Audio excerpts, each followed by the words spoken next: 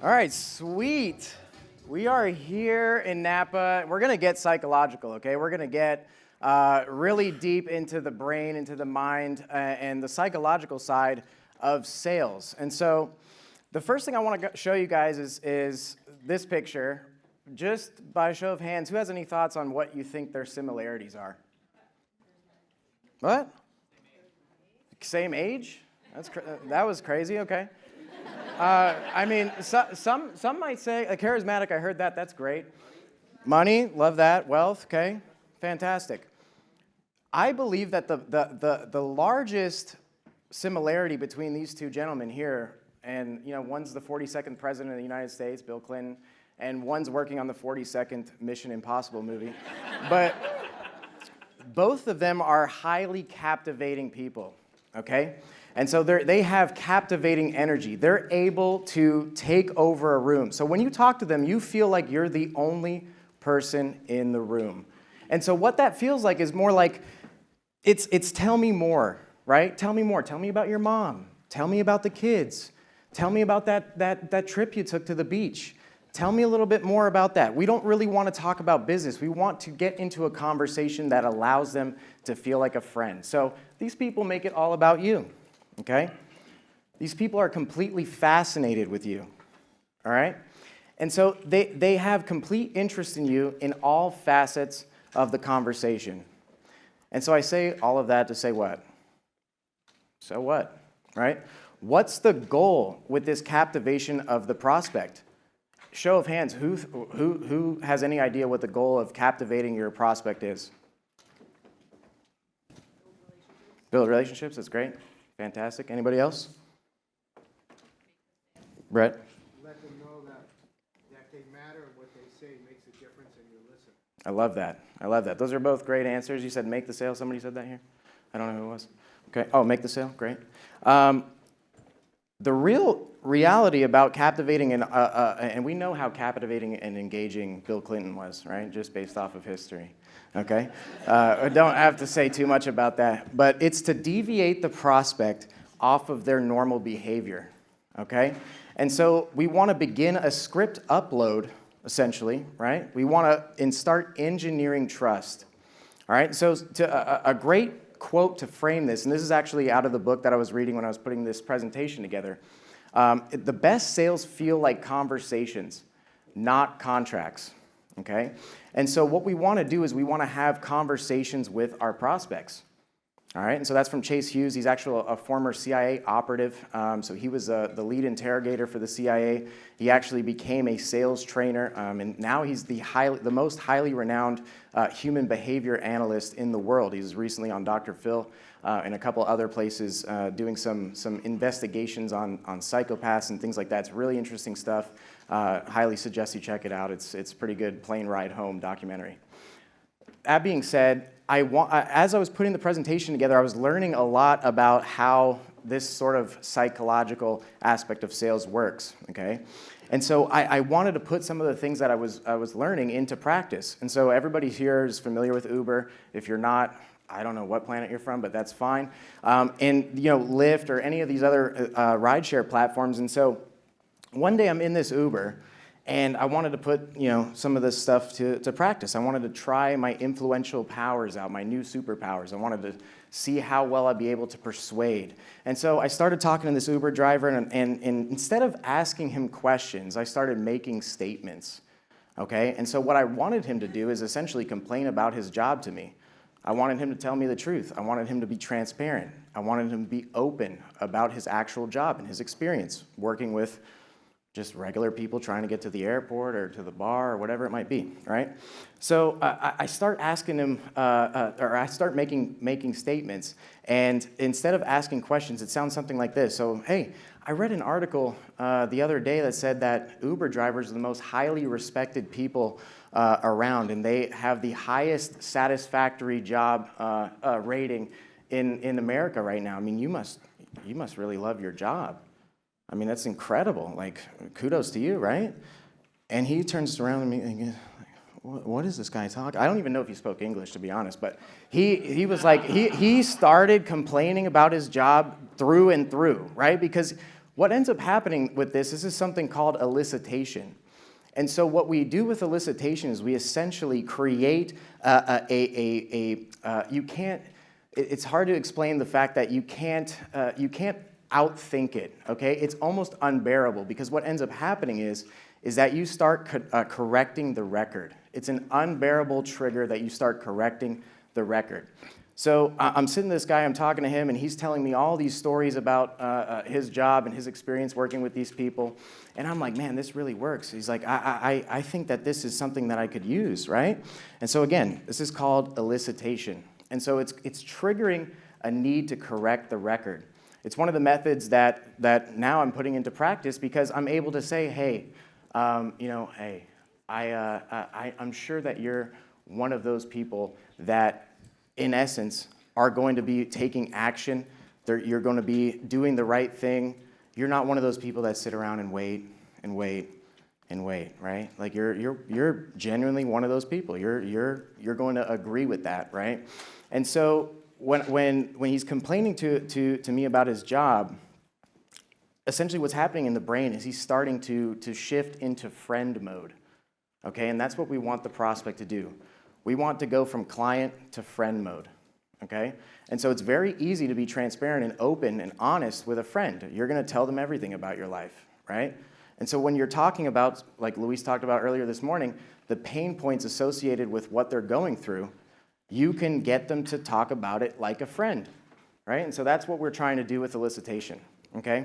And so we're going to start talking about behaviors. We're going to start talking about activating scripts in the person mind that goes, from a client to a friend. And so this is where we start talking about decoding client mind and sales with tactics from the CIA. All right, so let me give you an example of how powerful this is, okay? So especially with elicitation and identity. So in my life, I've discovered there's two types of people, and we just said this, right? I gave you guys an intro before even doing this. So in my life, I've discovered there's two types of people, right? There's people that take action right away when they know the decision is right, and there's people that don't take any action at all, and they sit and wait, right? And I would say that you guys, you agree that you're type 1. You're the first type of person. You're all here in Napa with us, right?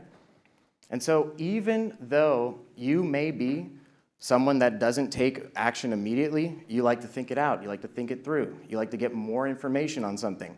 You agreed with that statement. And so what I'm doing is I'm getting a micro agreement in the conversation. And so I want to get a series of micro agreements in the conversation to allow that person to open up and become transparent with me and allow them to tell me the ultimate truth throughout the conversation so we can get to the real pain point, all right? And so after I get a couple of agreements on identity, we're talking about framing an identity, and it's called cognitive dissonance, okay? And to sum this up, cognitive dissonance is the pain associated with the message that directly conflicts with who they believe they are, and it causes a stress alarm to go off in the brain. So think of your brain as almost like a bouncer in a nightclub, right? A pretty cool picture. Nothing is getting in your brain without permission, right? So like most of the permission that you have when you think of something, the permission is not logical, okay? It's not logical. The permission for our brain is purely emotional, all right? And so we talked about the emotional triggers and selling the pain point.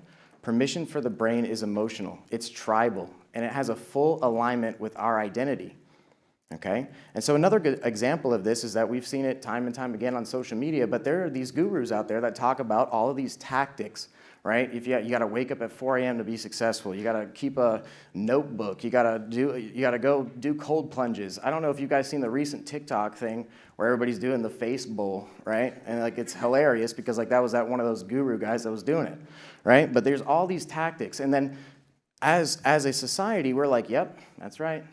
Like you wake up at 4 a.m., you're gonna be highly successful.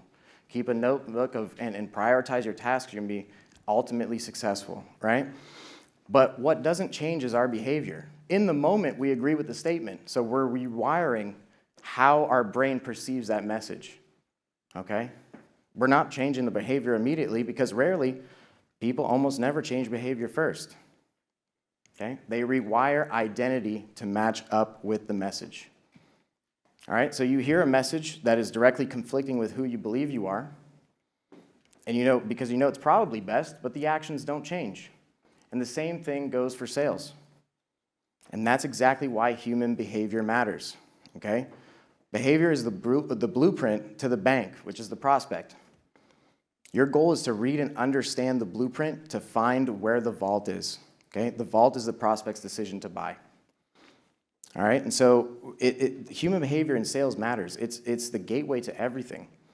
To where it no longer becomes a numbers game, it's a psychological game where you're decoding how you're going to be able to address fears, solve for needs, read body language even. If I'm up here and I'm raising my eyebrows, right, I'm highly engaged, okay?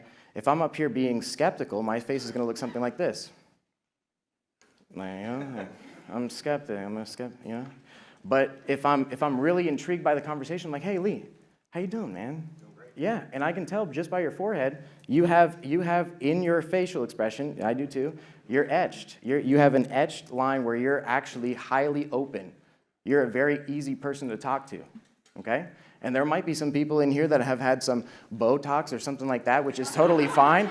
And it's a little bit more difficult to read, okay? It is. Looks gorgeous, by the way, don't get me wrong. But you're going to have a little bit harder time to do that, okay? But again, your facial expressions and the life experiences that you've had are going to etch onto your face. And so we're going to get into a little bit about that on how you can read facial cues, you can read facial expressions and body language to determine whether or not someone's going to buy within 30 seconds. And that's called reading the room in 30 seconds. All right? So again, CIA, we're going to talk about specific tactics that I've learned, and I'm going to share with you guys today on how we can revolutionize sales. And essentially, we're going to spot fears and neutralize threats to build trust. Okay, so we're going to pick up on fears and neutralize threats and start engineering that trust. Number 2, we're going to identify and read body language. Identify client needs to anchor your solutions. Number 3, use and read body language to guide decisions. So we're going to tie it all together with body language, and we're going to guide our prospects' decisions with body language. And I'll show you guys how to do that here in a bit. So again, another great quote: "Sales isn't about pushing; it's about understanding." Okay, and what do we actually want to understand here? We want to understand the person that we're interacting with. We want to understand the human behavior associated with what they're showing us. So we're going to do that through actually looking at their fears. We're going to look at what their needs are. Not talking about what their needs are on paper for their business, but what do they need to hear? Okay, so we're going to get into that a little bit later. So sales success comes from decoding human behavior, not forcing a close. And so that gives you the ability to what? That gives you the ability to profile human behavior, and you start now deviating off of the script, right? You're starting to get this person out of a sales transaction and into a friend conversation, okay? And that comes from understanding and decoding the human behavior. So we get to this by we're now able to essentially move away from these cheesy sales tactics and just have a regular conversation. If any of you've had a conversation with me, very rarely do I try to hard sell you. I mean, is that apparent? I mean, a lot of us have had conversations. I mean, I would have liked to get some reactions there, but that's fine. But at the end of the day, I don't hard sell, right? We have a conversation, we talk about some pain points, and then we try and figure out what's the best fit for both of us, right? And so at the end of the day, your level of persuasion and influence is directly rooted in your ability to read behaviors. Now, I was asked this question last night. It's very difficult to do over the phone because you're not looking at that person, right? So you're not able to determine how they're perceiving the conversation, okay? But what you can do, and is just as important as reading the other person's body language, is actually showing that while you're on the phone. If you want to show empathy, you could put your hand on your chest, right? And then you could say something that's empathetic, right? Oh, I'm so sorry to hear that. Like it puts your mind, as you position your body, in the right frame of context for the conversation. And so you can say the same for, like, if I'm curious, you could do that on the phone too. Like, I'm just curious. How is it that you were able to build that $1 billion business? Like, I'm just curious. But just showing those sorts of things are going to allow your brain to get into the right behavior mechanics so that way you can read behaviors going forward. Okay, and so what we want to break down is essentially the psychology of the sale is the 6-axis model of influence. Okay, and so everybody in every conversation that you have in sales, in life, in any sort of capacity, even trial lawyers, for instance, like if you're trying to win a case, select a jury, whatever it might be, the 6-axis model of influence is where all of the conversations are going to start. So everybody in this room, myself included, we all have different levels of these axes, right? So there's 6 points of a person's decision-making matrix. How they will act, react, behave, rewire, redefine. All of it starts with reading and profiling behaviors, okay? So first, we have suggestibility. And that's the degree in which a person will accept and then act on a suggestion made by the influencer. All right? So this is actually what the CIA operatives utilize to pick Manchurian candidates, okay? So Manchurian candidates is somebody that's going to go spy for their country. Let's say, for instance, they select someone in Russia that they think is a good candidate to become a spy, to spy on America and commit treason, all right? They use suggestibility to determine whether or not that person's going to be a good fit. And you can actually tell if someone's highly suggestive just based off of their lower eyelids. If you have very low eyelids, you don't spend a lot of time over the course of your life in a skepticism mode. You're very open. You have an open mind. You're highly suggestible to any kind of suggestion. It doesn't matter if it's lawn care service or if it's marketing. It doesn't necessarily matter. You're open to new information. And what you do with that information is entirely on you, right? So the next is focus. The degree in which a person will maintain focus on one thing and exclude all other distractions and competing stimuli from their awareness. So let's say, for instance, focus, right now, there's a lot of focus in the room, okay?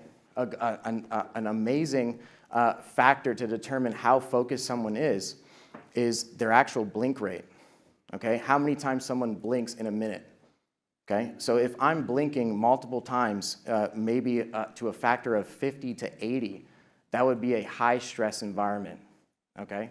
And so if you're watching a favorite movie of yours or something like that, your blink rate's actually going to be closer to 3 to 6. So you're going to blink 3 to 6 times a minute because you're highly focused, highly engaged in that activity. And it's not stressful. It's not stress-inducing to you. All right? And so if you're looking at a person, you're having a conversation with them, and you notice that they might make a smirk because like they don't necessarily agree with what you're saying. Like they might show that without even saying it. They might go like, I don't know, like, I don't know. They might do that. Or they might be like, I don't know about that. Yeah. So you can actually, just by that, you can clarify why they feel that type of way. Why do they feel that they are skeptical of what you're saying? Do you feel the need to move forward in a different direction? That's one way to say, without saying it, hey, like, you think I'm bullshitting, right? That's a perfect way to say that.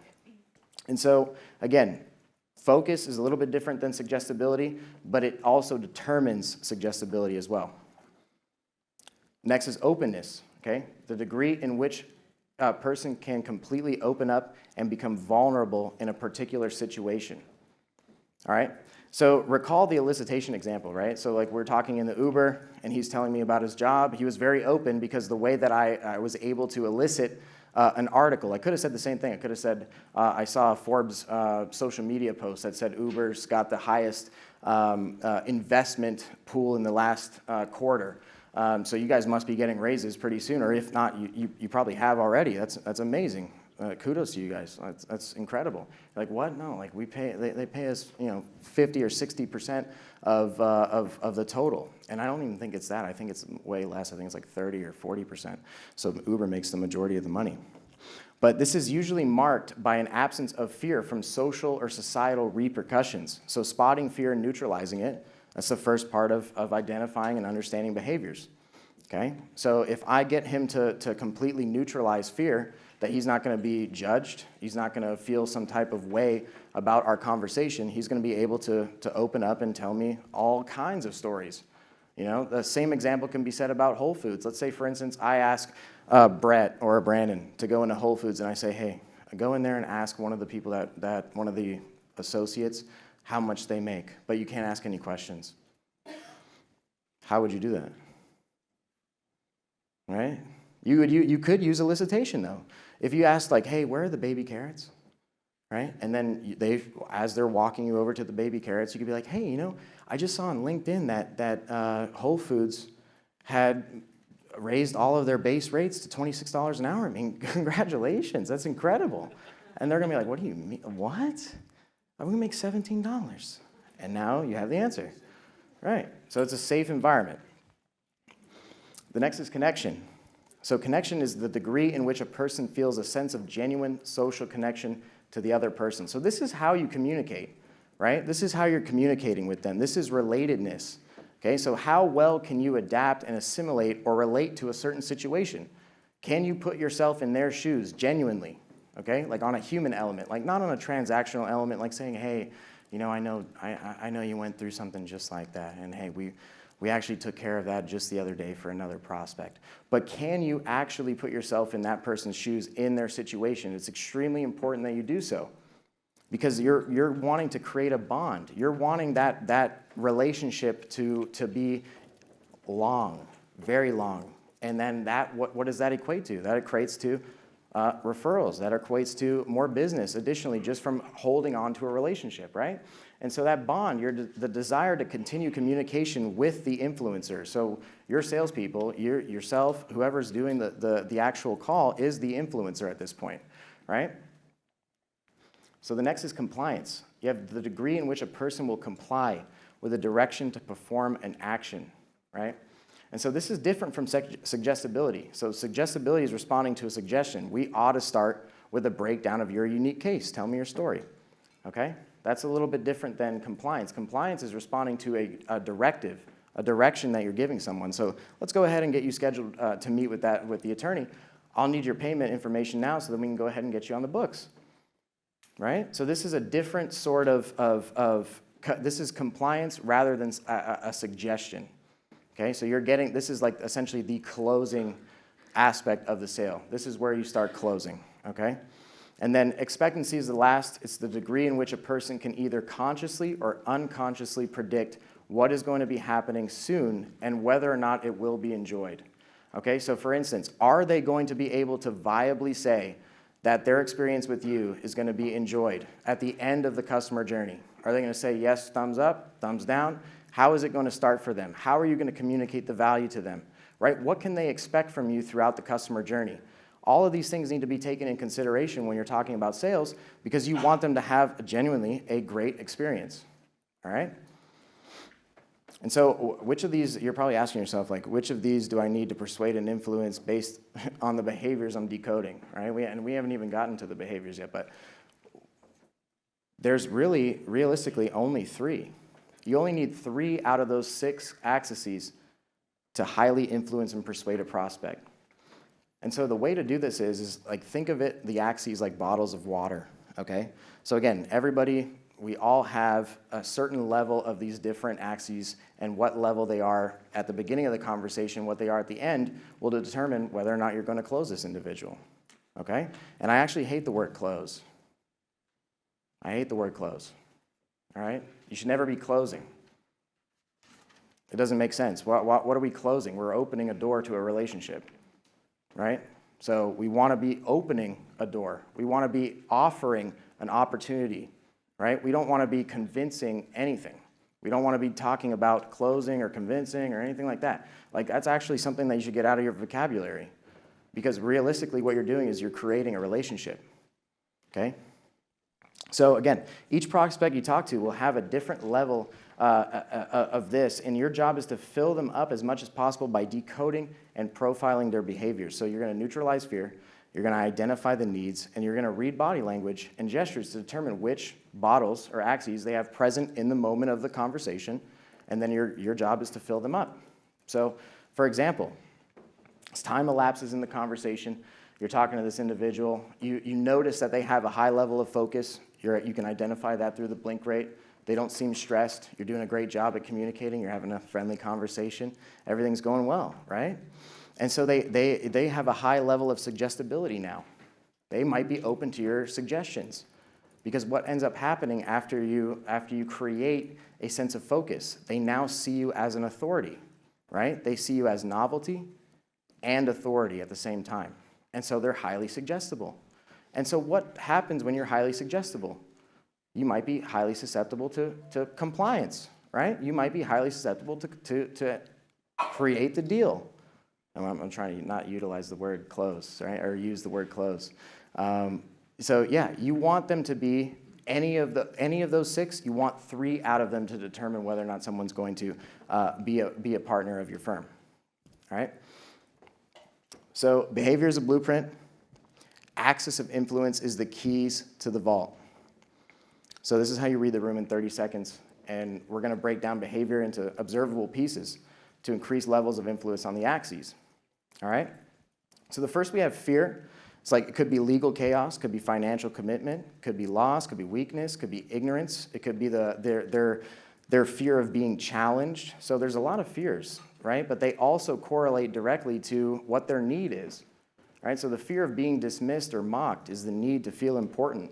The fear of rejection or disdain is the need to feel approval. The fear of criticism or alienation is the need for acceptance. The fear of being seen as dumb or uneducated is the need to be perceived as intelligent. The fear of being ignored or disbelieved is the need to be pitied. And the fear of being disrespected or challenged is the need to be perceived as powerful. Okay? And so those fears directly correlate to what the actual needs are on an emotional level. So these are 3. There's actually 6 of them. These are the 3 most important for this presentation: approval, acceptance, and significance. All right? So we're going to be able to determine what this person actually needs. Do they need to feel significant? Do they need to feel approval? Do they need to feel acceptance? Right? And that's how we're going to determine that is through the body language cues. So foot tapping, breathing cadence, pulling back, arms crossed, eyebrows raised, blink rate, facial expressions, those sorts of things that you're going to be able to pick up on now will determine how you read the room and how suggestible, how compliant, what the level of compliance is, and what the level of focus is throughout the conversation. So in sales, these cues reveal what drives a client's decision: fear of loss, need for significance, or desire for respect.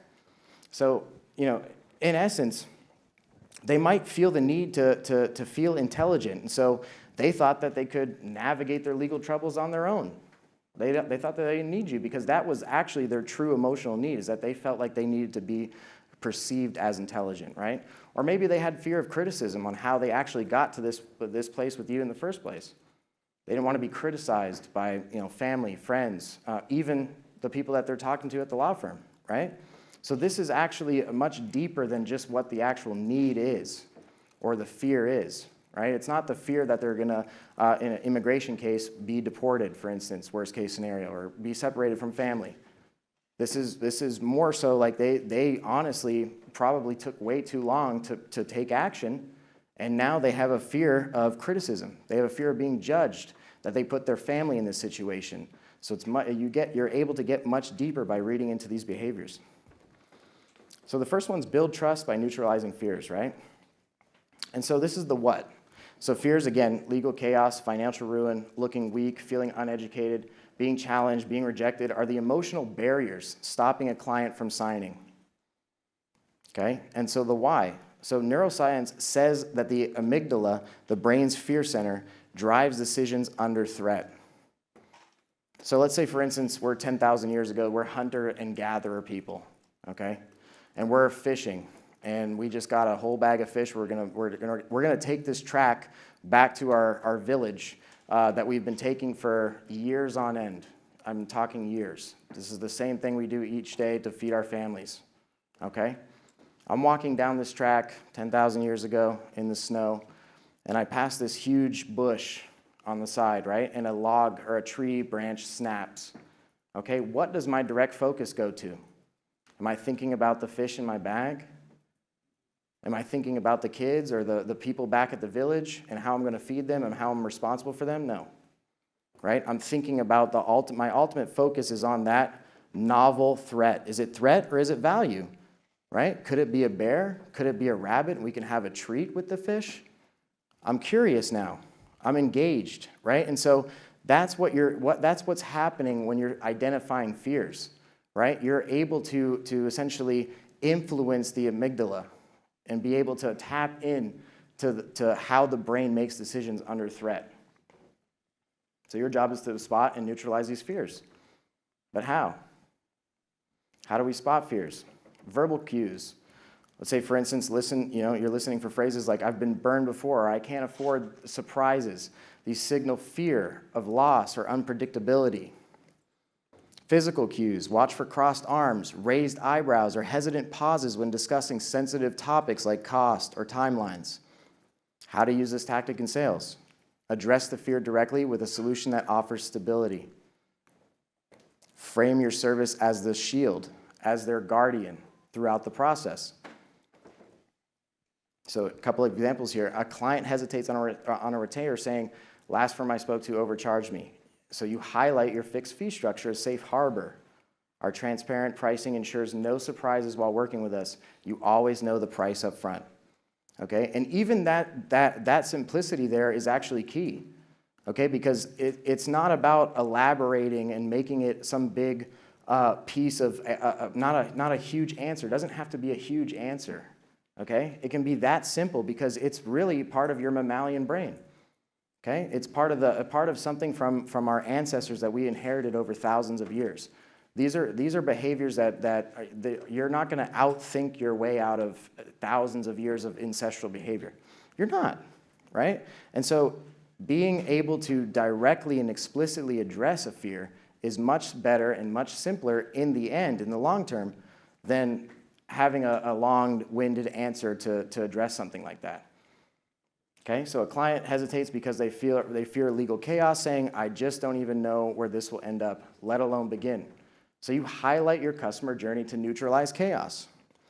We ensure you are guided through the process every step of the way, so you always know where you're going, right? And so you're able to pick up on these things just based off of the conversation that you're having. Here's a real-world example. CIA trains interrogators to spot lies in seconds. One operative noticed a foot tapping slowed when asked about family, revealing a need for security. In sales, I once had a conversation with a prospect, and I saw them clench their jaw when they were discussing disputes with marketing vendors, right? So that cue let me tailor my pitch to their need for control, okay? And so they understood that we would be able to alleviate those pain points based off of the fact that they have control now of the narrative of which the marketing vendor is giving them because they have a different perspective on it. They have someone else to address those concerns with them. Okay, so let's put it in action. On Monday, observe one prospect's fear cues, fidgeting when discussing costs or legal risks. In your next consult, address that fear explicitly. Our process eliminates the uncertainty you're worried about. So focus on explicitly, right? You just want to address the fear explicitly, okay? It can be as simple as that, as simple as that. Anchor your solution to their needs. Number 2. So this is where we start getting into what does the prospect actually need psychologically? What do they actually need? The what? Needs approval, acceptance, significance are the emotional drivers that motivate clients to act. The why. Hughes' Ellipsis Manual, that's the book I was reading, shows that tying your solution to a client's core need is going to make it, essentially creates a subconscious glue that makes your pitch unforgettable, that makes your conversation unforgettable. So if you're the only person, the only competitor in your space that's having these conversations with your prospects, what do you determine that's going to happen? If nobody else out there is addressing and identifying their needs, what do you believe is going to happen? You're going to create a competitive advantage for yourself in the marketplace, right? They're not going to be able to forget the conversation they had with you, and that's going to make you the ultimate choice. So if you treat it like a number, if you treat it like a transaction, then you're just gonna get lost in the wind, in the sauce. I mean, that's the reality of it. Your job is to drive the prospect's decisions through emotional anchoring to their needs. And again, how are we going to do that? Verbal cues. Listen for what clients emphasize, right? So elaborating on past successes, they crave significance. Asking about timelines, they need certainty, right? So give them certainty. Give them significance, right? That if that's what they need emotionally to make a decision, give them that. Behavioral cues look like a client who dominates the conversation may need respect, while one who asks detailed questions seeks control. Again, so different ways that someone needs control could be through a third party, like a marketing vendor, like that last example, or it could be someone that's just completely asking all of the detailed questions that you would assume a very highly engaged prospect would do, right? So how to use this tactic in sales. So use vivid, emotional language to link your service to their need. Okay? So ask yourself, what phrases does this person need to hear based on their needs? So profiling these needs and understanding how to talk to these people, what phrases do these people need to hear? If you're a significance person, if you identify that this person needs significance, then you may say something like, it's obvious. You make a tremendous difference to your family, and a lot of these people, they really look up to you, right? And we want to make sure that they're taken care of. We know that your decision here is going to leave a mark in your family for a long time. Now they feel significant. They feel empowered. They feel like they're going to be able to make that decision comfortably, right? So just that's something that you want to think about is what phrases does this person need to hear based on their needs, okay? So example, for a prospect stressed about financial commitment, say, this retainer is your deep breath after years of holding it. That's a pretty cool example, but I mean, it's giving you an idea of what this can be. So the whole thing about this conference is how to be creative in the sales process, right? So this is entirely on you. Everybody's going to have a different understanding of what their rebuttal or what they're going to say is and how it's going to be perceived by the prospect. For a client craving significance, say, our firm positions you as a natural leader you are again. Let's take ownership of the situation and establish the next chapter of your life together. Okay? So real-world example, a prospect bragged about business wins but dodged current struggles. I responded, noting their need for significance and power, is there any reason to believe you won't reclaim that winning edge? Is there any reason to believe you won't be on top again? Feeling empowered, they now let their guard down and anchored our solution to their need of feeling significant, right? I made them feel significant. And they felt like, hey, I feel comfortable enough to move forward now because I got what I actually needed emotionally. So in your next meeting, identify one client's need. Certainty from constant timeline questions. Craft a pitch that ties your service to that need. Our clear milestones give you the predictability you're looking for. Anchor your solution to their emotions, and they'll see you as the only choice. Another great quote, right? So anchor your solution to it. We talked about the emphasis of pain and amplifying the pain point in Luis's presentation. If you're able to amplify the pain point, you anchor your solution to the emotions that come out of that pain. Number 3 is reading gestures to guide decisions. The what? So gestures, blink rate, foot tapping, leaning, fidgeting, reveal a client's mood and readiness to buy.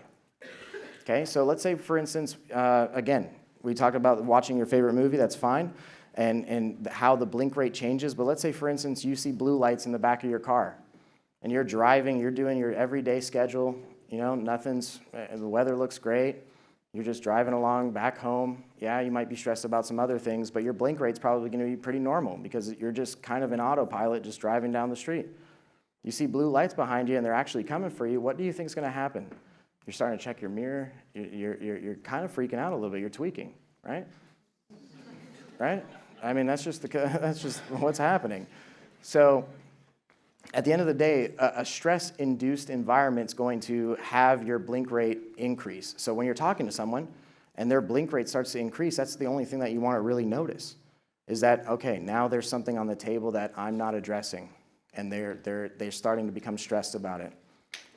So the why, the CIA trains operative to spot lies in seconds through body language. In sales, gestures show when a client is hesitant or ready to commit. Okay? So reading gestures and body language allows you to control the conversation. So let's go into how to read this. What are some of the hesitation signals? Pulling back, crossing arms, rapid fidgeting, pen tapping, toe tapping suggest discomfort or uncertainty. Engagement signals, leaning in. If I'm having a conversation, I'm leaned in, right? I'm very engaged in the conversation, okay? So if I have steady eye contact with you, I'm engaged in the conversation. If I'm crossed like this, like, okay, no, yeah, sounds good. Yeah, like I'm not engaged. I'm uncertain about something. Something is not being met. A need of mine is not being met in the conversation. Okay? Use this tactic in sales. A suspect's foot tapping slowed when asked about family, revealing a need for security. So you're tying directly into their need and spotting their fear of uncertainty. So two things here, all right? So you have their need, right, which is essentially their need for security, and you can see that through, let's say, for instance, if I'm sitting here and we're talking about a criminal case, and like, you're talking to me about family, and it starts like getting crazy. I can't really do it upstage like this, but if I was sitting down, you would see my knee like really going crazy, right? And so if I'm asked about how my family is going to be throughout the process, are they going to be taken care of? What are we going to do to alleviate the circumstances around my family, and what the circumstances or the what's going to happen to them? Then now I'm starting to become relieved, because that was my actual concern, right? That was my actual need. So a client's fidgeting stops when you mention clear timelines. They're ready to commit as you've neutralized their fear, initiated the drive to make a decision by addressing their need of clarity. So again, let's put it into action. So this week, note one client's gestures: leaning in when you mention results, or pulling back when discussing costs. A prospect leaned forward when I mentioned dispute resolution. I doubled down. If they show you, like just in the casino, I'm not entirely sure, I don't do that kind of stuff, but I don't know what the game is, but if they show you their hand, you know what I mean? If they show you their hand, you double down. And you have to do it explicitly. The name of the game is being explicit about it and being direct and transparent about it. Because how can you assume someone's going to be transparent with you if you aren't with them? So we resolve conflicts fast, saving you time and money. Sounds really simple, but and it is. I highly suggest you guys give it a try. The action plan for Monday. Ask these questions to frame your next sales consult. What does the prospect fear, right?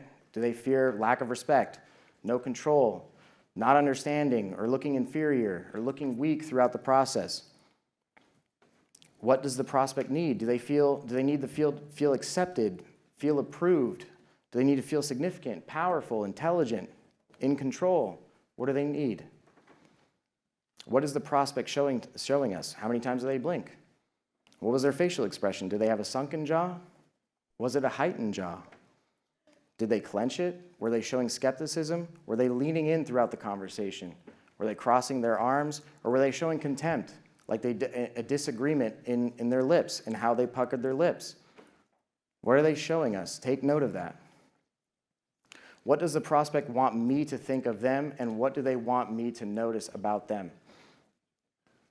Okay, so a simple way to sort this out and lay this out for you so you can frame it the next time you're at a sales consult. I actually had a friend of mine that was a licensed therapist, and she's a neuroscientist. And so one day she's telling me the story about driving down the road with her daughter, and they come to a stoplight, and there's like a whole bunch of like all kinds of bumper stickers, right? Like I did Yosemite, and like I Grand Canyon, and like I go fishing, and life is good, and like all this stuff, right? And she asked her daughter, she goes, "Hey, I'm just curious. If these bumper stickers could talk, what would they be saying?" And so this is how to show behaviors are inherited. Okay, this is to show how behaviors are shown at the age of 3, 6, whatever it might be. It starts extremely young. And I'm sure you guys all know this, right? Like you've seen it in your kids. But she asked him, and the daughter goes, I don't know. I'm fun. She goes, okay, what else? I'm adventurous. Okay, what else? You can trust me. Okay, what else? I'm a good friend. Okay, what else? I need friends. Okay, what else? I'm lonely. Funny, but true, sort of, right? And I can't say that for everyone, but that's what the daughter was, that's what the person was telling them, and that's in a 6-year-old, right? So if a 6-year-old can notice that just by being questioned or being probed on what they actually believe some sort of signage means, which is body language, right? Now you're able to address those needs. You're able to address those fears, right? So what does the prospect want me to think, and what do they want me to notice about them, okay? And so your action plan, observe 3 clients noting 1 fear cue, rejection, challenge, looking inferior, 1 need cue, acceptance, approval, significance, and 1 gesture cue, blink rate, facial expressions, fidgeting, leaning in. And so great salespeople never convince, all right? They offer, okay? And so I don't ever want to be selling, because if I'm selling, I don't think what I have is valuable. If I'm selling, I'm convincing. And if I'm convincing, I genuinely don't feel like my solution or my service, my product, is the right thing for this person, okay? I don't ever want to be convincing anybody. So ask yourself, do you truly believe that you have the best product to offer, and do you truly believe that you want what's best for that person? When you're in these conversations, do you truly, genuinely believe that you want what's best for that other person? And it's going to change the game for you. I promise you that. By profiling fears, needs, and gestures, your pitches become conversations that build trust, leading to predictable revenue. And that's it.